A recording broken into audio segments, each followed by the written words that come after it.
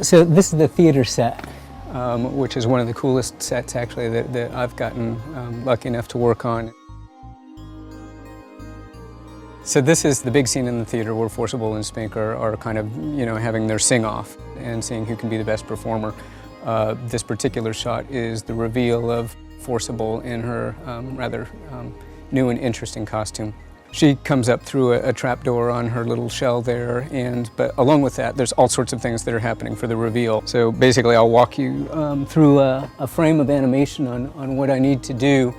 The first thing that I've done is kind of look down here on my monitor where I can kind of gauge what's going on during the shot. I can sort of toggle through frames that I've animated before and where I'm going. The way that I've been doing this is animating the puppet last. That way I can kind of focus on her performance as the last thing that I do before I take a frame.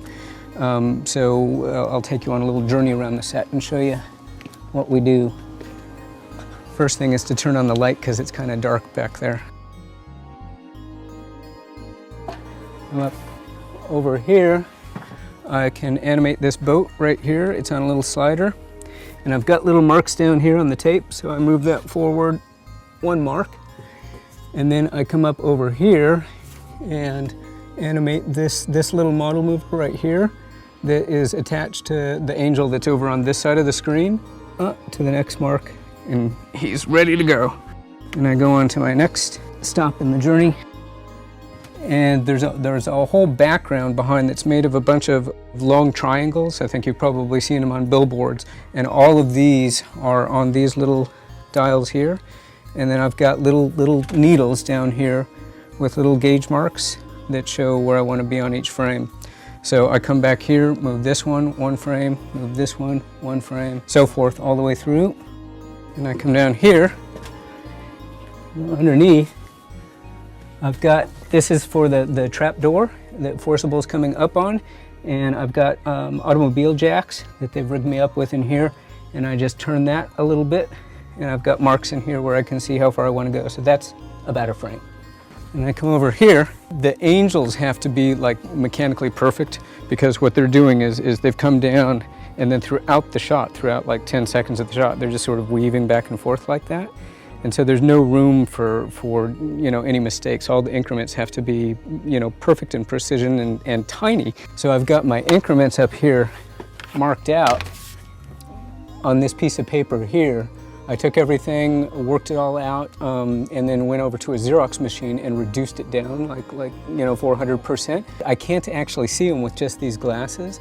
So what I have to do is put these glasses on, then these magnifying glasses on, and then turn my little light on and get right in there and doing your fine adjust, and then we're ready to go.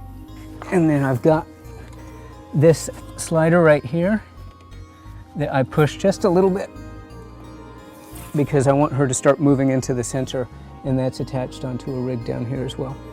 And then I come down,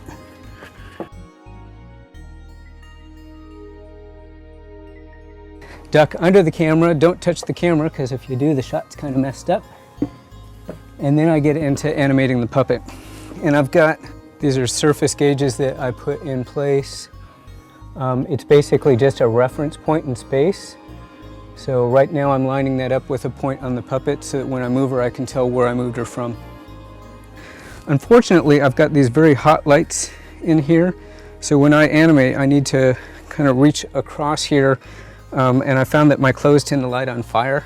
So I hold them like this, and then I get in here and animate her shell, and then go and animate the puppet, which I'll do right now. I have a special tool to animate her chest, because sometimes if I just grab it, besides being kind of impolite, it makes things move that I don't want to move. So I actually have this rod that I can put into a hole in her chest to move her like this.